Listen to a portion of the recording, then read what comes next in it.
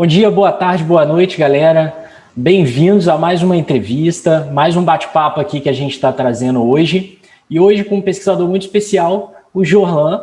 Jorlan, seja muito bem-vindo. Queria te agradecer imensamente por você estar aqui, tirar um tempinho para falar um pouco, explicar um pouco sobre sua linha de pesquisa e sobre essa área tão importante. Muito obrigado, Jorlan. Eu que agradeço assim, a oportunidade de poder falar um pouco, né, sobre o que eu trabalho. Te parabenizar pelo canal, assim, muito bacana a sua iniciativa e espero que a gente tenha um bom bate-papo que o pessoal que está assistindo a gente possa aproveitar bastante. Vamos ter, com certeza. Então, só para fazer uma breve apresentação do Jorlan, o Jorlan é graduado em farmácia, mestre e doutor em medicina tropical pela Fiocruz e o doutorado com um período sanduíche na Inglaterra.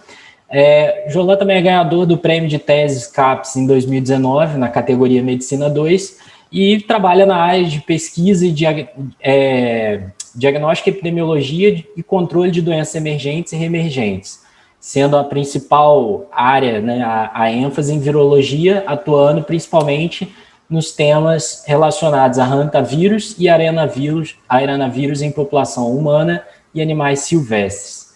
Jorlan, assim, quando eu pensei em trazer essa linhagem, esse tema para a gente discutir um pouco, é porque muita gente, às vezes, não ouviu falar e ainda mais agora, né, com questão de coronavírus, está todo mundo só coronavírus, e acha que é uma novidade um vírus passar de um animal para um ser humano, muita gente fica surpreso com isso, e o arenavírus é um caso um desses casos em que pode ocorrer essa passagem.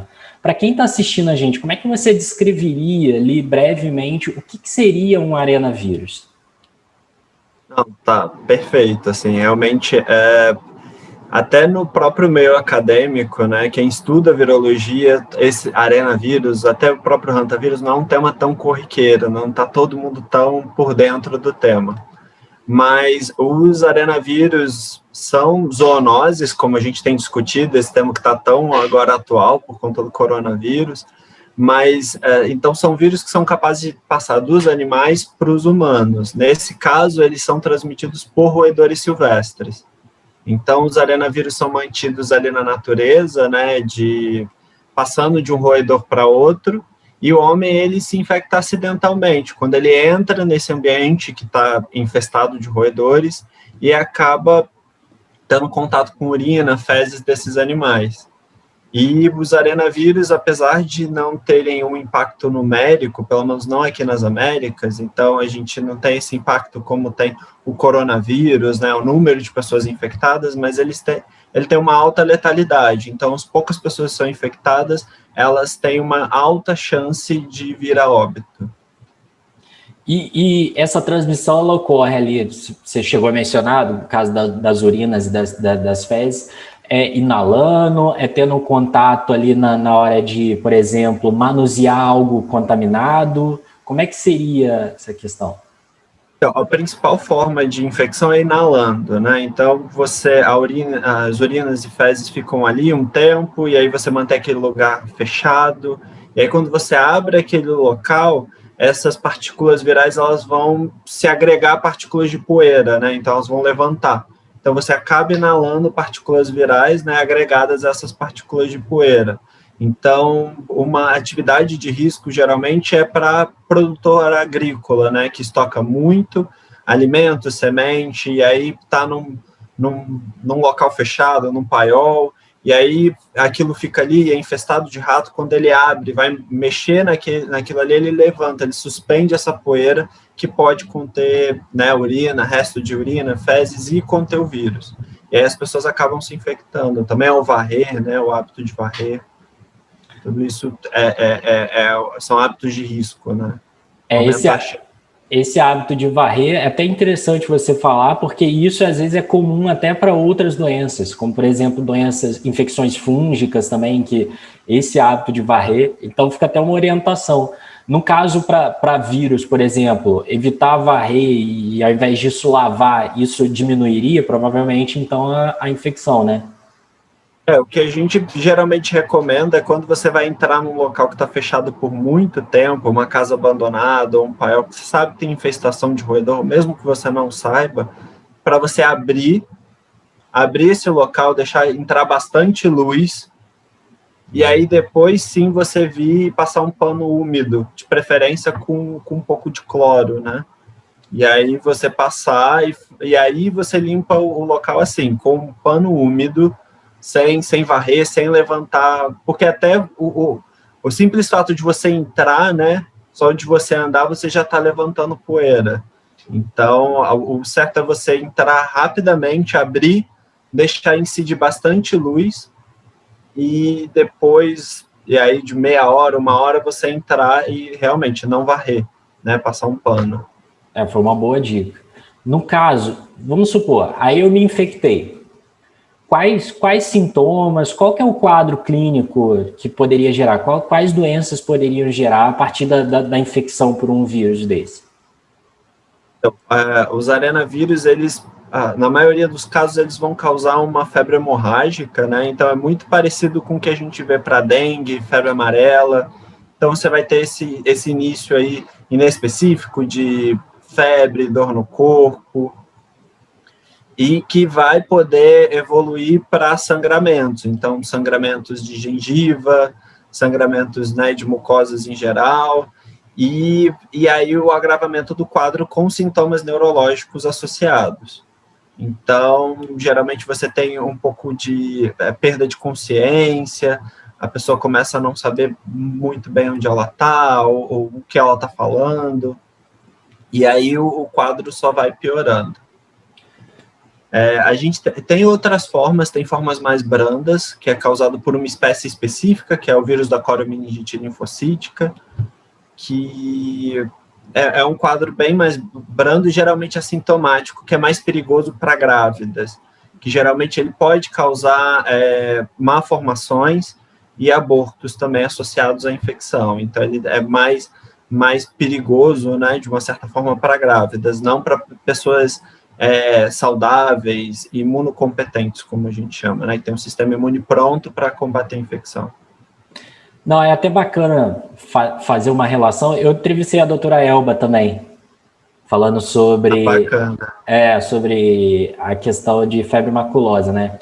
E ela estava falando, ela tocou num ponto que é válido aqui também, que é a questão de saber o histórico, de falar o histórico em caso para o médico. Porque, assim, febre, dor no corpo, evoluindo para um quadro hemorrágico, muitas vezes a gente vive casos, a gente vive um endemismo de dengue, por exemplo, que o médico é natural, a primeira coisa que ele pensar seria, lógico, dengue, todo mundo. Então, se a pessoa teve, por exemplo, entrou em contato com roedor, ou entrou em contato com locais que sabe ali que tinha uma infestação por roedores, seria interessante até contar, né, para tentar dar uma outra luz. Não que vá ser, mas pelo menos para tentar ali orientar um pouco mais.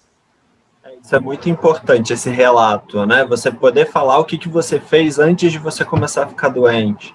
Então, se você viajou, se você teve em áreas rurais, ou você trabalha em área rural, que tem presença de roedor, ou se a sua casa, você viu, né, identificou a presença, tudo isso é muito importante, porque vai ajudar, realmente, no momento onde você tem você está tendo muitos casos de uma determinada doença naquela região, o primeiro pensamento, quando você chega com sintomas inespecíficos, né, febre, dor no corpo, o médico ele vai associar aquilo que está mais acontecendo, ao maior número, e que na maioria das vezes ele vai estar correto, mas quanto mais você, né, poder dar esse histórico para ele, mais fácil para ele chegar a um diagnóstico mais preciso. Dar os detalhes, né? Quanto mais informações você municiar o médico, melhor, mais fácil vai ser o diagnóstico, com certeza. E no caso, assim, quais são os principais vírus? Falando aí para a questão de Brasil e América do Sul, principalmente, né? Quais são os principais vírus ali agrupados dentro desse grupo? nós temos o que a gente chama, né, o grupo dos vírus do clado B, né, um grupo de arenavírus que está relacionado às febres hemorrágicas. Então, a gente vai ter um vírus causando febre hemorrágica na Argentina, o Runim, que foi o primeiro identificado aqui nas Américas. A gente tem o Machupo e o Chapare na Bolívia. O Chapare até recentemente, assim como o Sabiá, que a gente vai falar um pouquinho mais na frente, mas ele causou um surto de doença agora. Então, tiveram 5 pessoas infectadas, sendo 3 dessas pessoas profissionais de saúde, e dos 5 infectados, 3 vieram a óbito. Então, assim, tem um impacto, né, qualitativo. Você tem um alto número de pessoas que morrem. Você tem casos também na Venezuela, a gente tem o guanarito na Venezuela, e a gente tem aqui no Brasil o vírus Sabiá, que ele também causa febre hemorrágica e que ele tem sido identificado em São Paulo, mas em surtos bem espaçados. Esse, no caso, esse surto que infectou 5 pessoas, ele tem tempo? Esse de 5 pessoas, ele foi agora em 2018. É bem recente, assim, teoricamente. É bem recente. Ele foi antes de aparecer esse surto de Sabiá aqui no Brasil. E até recentemente, durante toda essa questão com o SARS-CoV-2, com a Covid-19, tiveram algumas matérias no final do ano passado falando sobre um outro vírus de capacidade de transmissão pessoa a pessoa, que teve um congresso onde eles apresentaram, né, os resultados dessa pesquisa, e aí a imprensa acabou divulgando muito essa capacidade, né, de transmissão pessoa a pessoa, um outro vírus de origem zoonótica, né, que veio de um animal e está conseguindo passar de pessoa a pessoa. Acho que foi em 2020 que teve o caso de infecção pelo sabiá no Brasil. Foi no final de 2019, na verdade, o paciente começou a apresentar, né, sinais e sintomas ali no finalzinho de 2019, lá para o dia 28 de dezembro, e aí foi registrado o caso mesmo em 2020, em janeiro de 2020, onde a gente teve esse último caso. Então, no Brasil foi registrado infecção pelo sabiá, e esse foi o caso mais recente. Mas já tiveram outros casos? Então, o que a gente tem de caso humano mesmo são relacionados ao sabiá.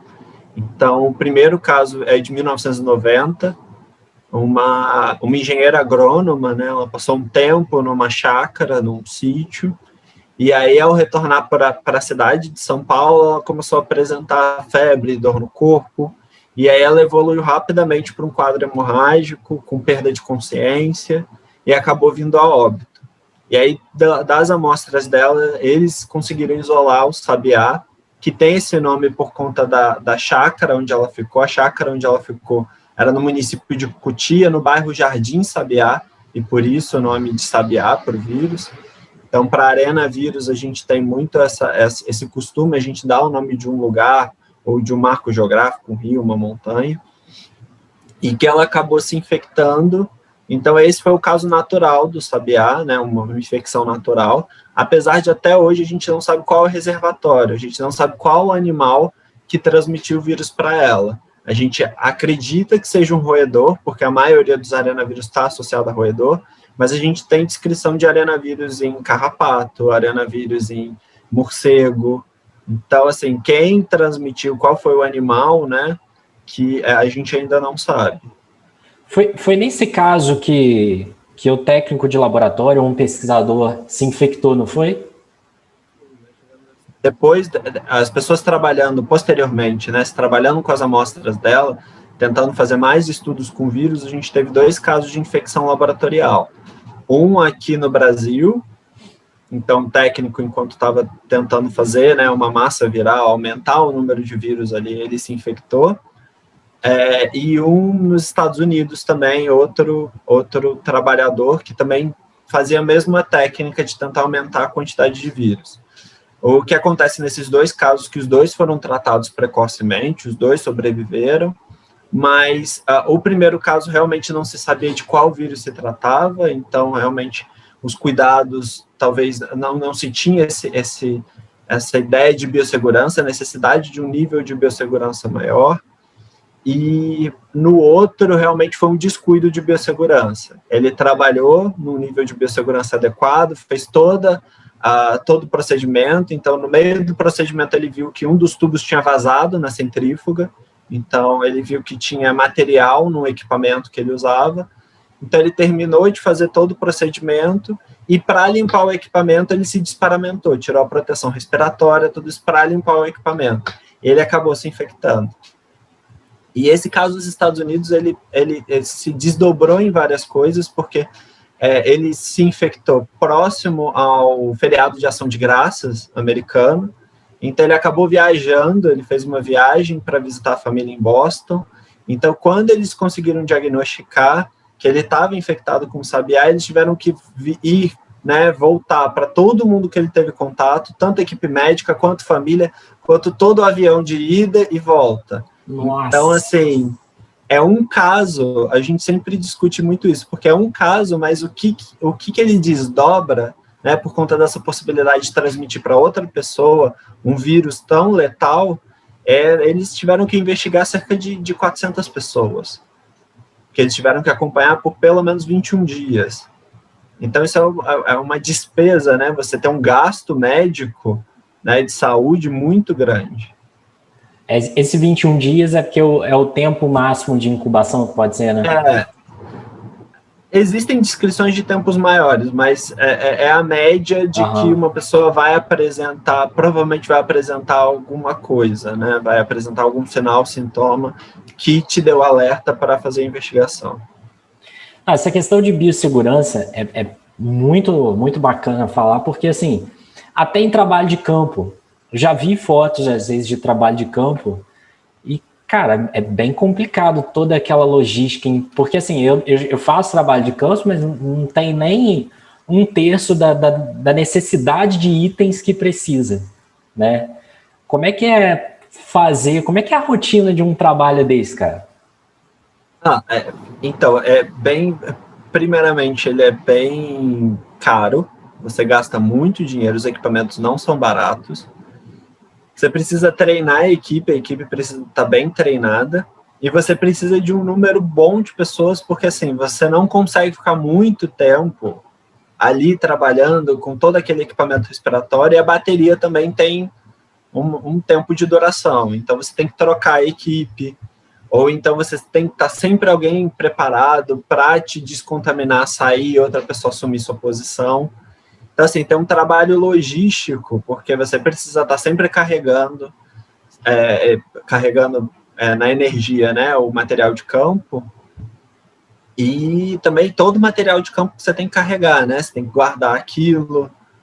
É bem complicado, porque assim, ali, a maioria das fotos também é a gente trabalhando no que a gente chama de laboratório de campo, quando a gente está com aquele capuz, mas até nas trilhas, né, quando a gente vai fazer a captura do roedor, a gente usa aqueles, que agora ficaram mais populares, aquelas máscaras de filtro EPA, né, que tem aquela roda rosa aqui do lado, que também é um exercício complicado, porque você está subindo e descendo, andando para lá e para cá, e aí você faz uma força para conseguir puxar o ar dali, que é assim, você precisa de um preparo que não é fácil. Quem faz trabalho de campo já sabe a dificuldade que é um trabalho de campo por si só, né? É chuva, é trilha, é subida, é descida, enfim, é calor, umidade, todos aqueles itens. Agora, eu pensando na questão da máscara, cara, é muito, muito, muito tenso mesmo. E eu vou deixar até uma foto para quem nunca viu de como é que é aquela estação de trabalho de campo, né? Que é bem tenso. Agora, nesses trabalhos que vocês fizeram, até o trabalho que você desenvolveu na sua tese mesmo, vocês chegaram a isolar e identificar novos vírus, não foi isso?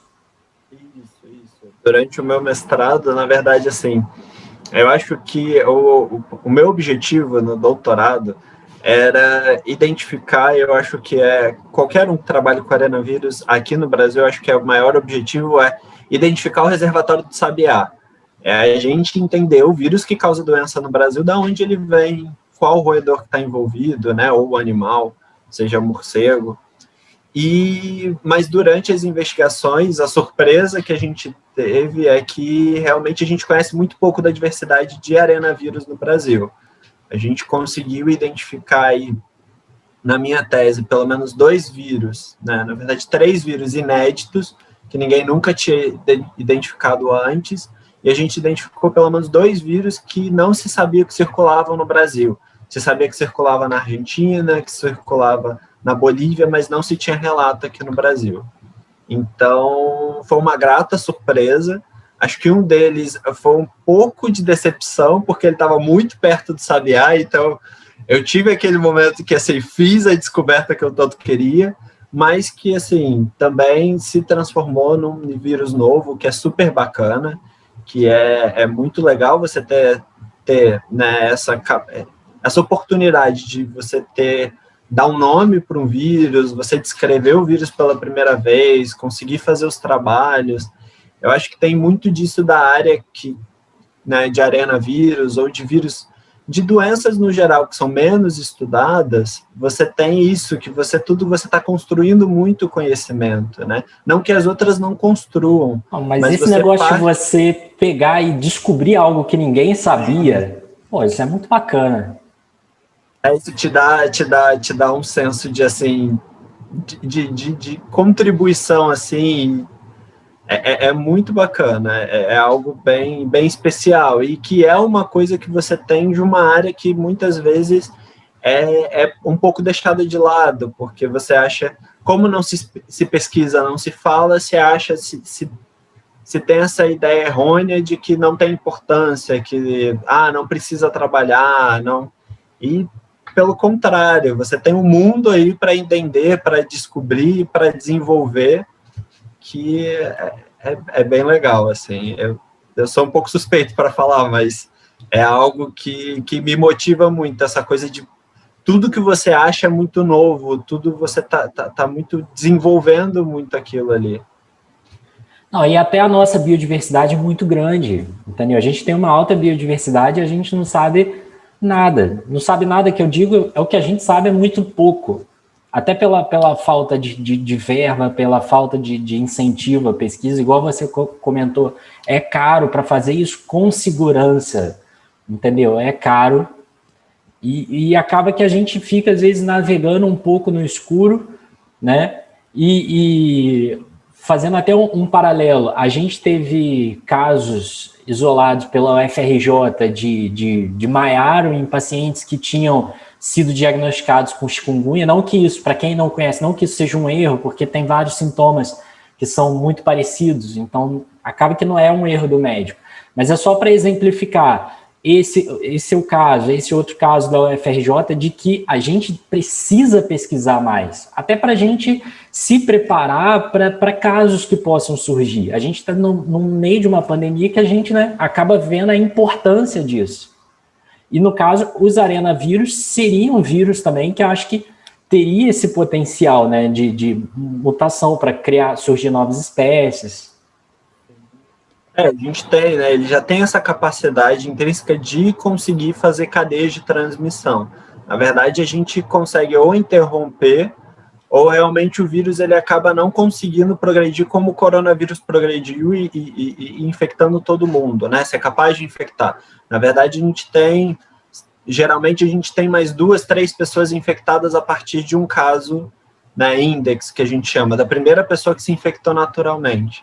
Mas isso é por enquanto, isso é a mesma coisa que acontece com ebola. Ebola também era assim, eram cadeias curtas, né? Você tinha um surto de ebola que começava de uma pessoa, um caso index que infectava 2, 3 pessoas. Mas agora não, agora você teve um surto importante, você teve epidemias de ebola ali na África que você não conseguiu controlar. Eles agora estão controlando porque conseguiram licenciar uma vacina, né? Usaram algumas vacinas, mas não tem mais. Ele agora é transmitido de pessoa a pessoa. Você não consegue, sem isolar os pacientes, você não consegue mais parar. A mesma coisa aconteceu com o hantavirus na Argentina, em 2018. 2018 foi foi um ano, 2018, 2019 foi um ano bem importante para a gente, mas a Argentina teve um surto de transmissão pessoa a pessoa de hantavírus, que é muito parecido com a arena, para quem não conhece, também tem uma alta letalidade, também é transmitido por roedores da mesma forma, mas que agora na Argentina eles tiveram um surto onde mais de 30 pessoas morreram, e eles só impediram o surto porque eles instituíram isolamento. Então, as pessoas eram suspeitas, ficavam isoladas em casa. Então, eles tiveram um surto de transmissão pessoa a pessoa de um vírus de alta letalidade pela primeira vez. Então, às vezes, a gente acha que está muito longe essa coisa de um vírus que vai começar a se transmitir de pessoa a pessoa. Não que o corona não nos tenha provado o contrário, mas que está tudo muito perto.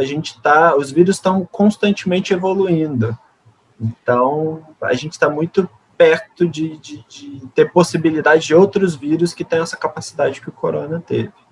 E tem a questão da urbanização também, né? Você tem toda uma dinâmica de modificação ambiental. E aí você tem um vírus silvestre, com reservatórios silvestres. Essa dinâmica de alteração também pode propiciar, creio eu, surgimento de novos casos. Está cada vez mais empurrando, né? A gente vai empurrando a natureza, chegando mais perto, fazendo mais incursões para áreas que a gente não ia antes. Então, como isso vai responder? O que a gente vai ter contato que a gente não sabia que tem ali, os vírus que tem ali, ou qualquer outro patógeno, bactéria, né? Protozoário, que a gente desconhece, e que a gente acaba voltando para a área urbana também, onde a gente vive aglomerado, a gente vive, né, a gente tem uma malha urbana muito grande, a gente pega transporte público, e tudo isso vai facilitar, mas sem dúvida nosso impacto na natureza que vem trazendo muito dessas doenças mais para perto da gente, né, fazendo com que elas sejam mais comuns do que elas foram no passado. E quais foram os principais reservatórios desses vírus que vocês isolaram e dos que já se conhecem? Quais roedores, assim? São especialmente o que a gente chama de roedor silvestre, que não são necessariamente esses roedores de casa, né, que a gente vê, essas ratazanas de esgoto, ou esses camundongos que você vê dentro de casa, né, ou na área urbana. Apesar desse camundongo de área urbana ele poder ter um arenavírus, mas não são esses que a gente está falando agora, esses que causam febre hemorrágica, são roedores silvestres que a gente até fala, eles são mais marrons, eles não têm esse aspecto que a gente costuma ter em mente quando a gente pensa em roedor. Porque muita gente, quando fala roedor, era até isso que eu queria diferenciar. Quando a gente fala em roedor, tem muita gente que já imagina logo esse rato silvestre, esse rato de cidade, né? Esse rato que vê passar na rua. Não é. Eles são assim, para muitas pessoas não vão ser, mas eles têm uma cara mais amigável, assim, quando você olha para eles, até pela coloração, eles têm, você tem um aspecto menos, eu acho que as pessoas acabam tendo menos aversão. Mas eles têm os mesmos hábitos, também são roedores. Então, assim, o Brasil tem uma diversidade de roedores, de espécie de roedores, que é, assim, é incrível. A gente não consegue dar conta. Muitas vezes a gente acha que as pessoas fazem coleta de roedores para identificar e vem aí 2, 3 espécies novas. Então, assim, é muita coisa que a gente não conhece. Mas esses são o que a gente chama de roedores silvestres, eles são marronzinhos, alguns colegas até brincam que eles têm luzes, porque eles têm uns pelos mais claros no meio, eles são bem bonitinhos, assim. E fica até o alerta, né? Porque tem gente que vai fazer trilha, vai acampar e quer ficar pegando animal. Vê um animalzinho, quer ficar pegando, quer ficar passando a mão, fica um alerta para não fazer isso. Isso tanto para a sua segurança quanto para a segurança do animal, né? A gente está discutindo aqui tudo do nosso ponto de vista, mas a quantidade de doença também que a gente pode passar para os animais, a gente tem que ter esse cuidado. Então, se você quer cuidar do animal que está ali no ambiente silvestre, né? Se quer que aquele animal se mantenha bem saudável, você também evitando dar comida, tocando, você também está mantendo a qualidade de vida dele, está assegurando a segurança dele.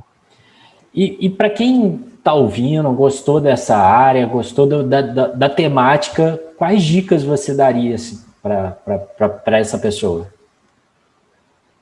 Então, eu acho que a virologia hoje, né, mais do que nunca, tá aí uma área em expansão, uma área que todo mundo agora, hoje, se não entendia, hoje entende a importância, então a importância de se estudar. E aí, quando a gente vai para as zoonoses, né, para estudar os vírus ou os patógenos, no caso eu vou falar mais dos vírus, de animais silvestres, eu acho que a gente ainda tem, assim, um mundo a ser descoberto.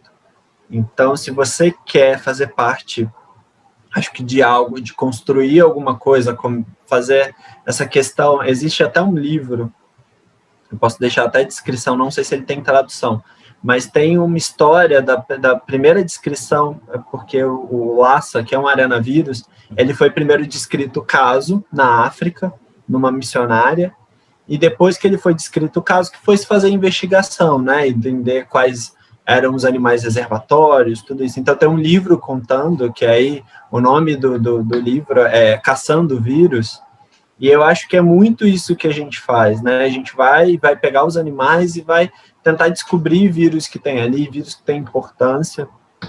A gente tem andado, né, numa vertente, hoje em dia é muito importante se entender o que tem nos animais para a gente entender o que pode passar para o humano. A gente está invertendo o cenário, onde a gente tinha muito assim, encontrava um caso, uma pessoa ficou doente, aí a gente vai atrás de como ela se infectou, qual animal que está por trás. Hoje não. Hoje a gente quer entender o que tem no animal para que a gente possa criar forma de fazer diagnóstico, entender aquilo, para caso aquilo passe para o homem, a gente está preparado para lidar com aquilo ali.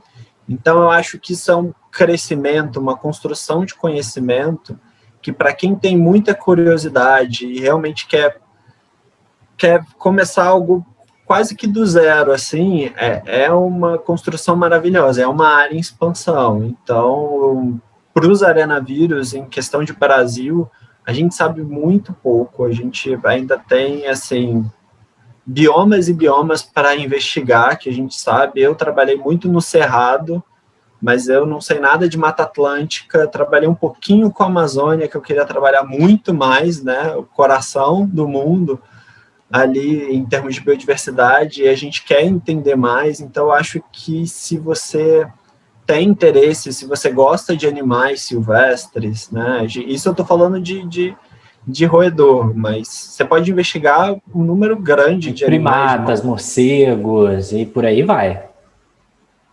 Muita coisa, e tudo isso a gente está falando assim, a gente está falando do que tem importância para a doença humana, mas os arenavírus agora, recentemente, foram identificados em répteis, então a gente tem um grupo em serpentes que é muito importante, que causa doença nas serpentes. Tem muita imagem na internet de serpente dando nó nela mesma, sabe? Como se fosse uma cobra amarrada, assim. Uhum. É uma doença chamada de corpúsculo de inclusão, e eles identificaram que é um arenavírus. Então, ele causa isso, ele faz com que a cobra ela tenha um distúrbio neurológico, então ela vai perdendo a capacidade de dar o bote, ela dá esse nó nela mesma. Então, assim, tem esse grupo. Aí, identificaram agora arenavírus em peixes, causando surto em peixes. Então, assim, a gente tem um mundo aí para ser descoberto que... Ainda tem a questão veterinária também, né? A gente está falando só em questão humana, mas realmente tem a questão veterinária. Eu vou deixar o link do livro e vou deixar também o link da entrevista que você deu no Fantástico. Achei aquela entrevista ficou muito bacana, conseguiu explicar bem também. E você está com a página ainda, né, doutor Evirose? Sim, a gente ainda tem um blog, a gente está tentando levar o blog, assim, mas a gente tem esse trabalho de divulgação científica com o blog do Dr. Evirose. E, na verdade, a gente tem sido mais ativo no Instagram do que no próprio blog mesmo, mas agora a gente estava tentando trabalhar bastante com essa questão de conscientização com o corona, né, com tudo isso que está acontecendo. A gente vem tentando trabalhar o conteúdo de uma forma mais fácil, mais tranquila. Então, eu vou deixar o link também do blog, que é super importante também. Jorlan, Não, tá ótimo. Queria te agradecer muito a entrevista, foi muito bacana, conseguiu resumir bem aí e passar uma informação muito bacana. Pessoal, queria pedir também para quem está assistindo não se esquecer de inscrever, de curtir, porque ajuda a gente até a trazer mais pesquisadores de peso, mais pesquisadores de renome, tá? Para estar conversando um pouco aqui com a gente. Muito obrigado, Jorlan. Eu te agradeço, Felipe. Assim, parabéns pela iniciativa. Eu acho que o conteúdo está muito bacana. Eu vi outros episódios, assim, agora já me inscrevi, já estou acompanhando. Acho que é muito importante a gente conseguir falar um pouco do que a gente trabalha e mostrar, né, o quão diversa é a ciência que a gente faz, né, e as áreas que as pessoas podem atuar e como o nosso trabalho tem contribuído para a ciência e para a sociedade como um todo. Muito obrigado aí pelo convite, parabéns. Obrigadão, Jorlan. Grande abraço, pessoal.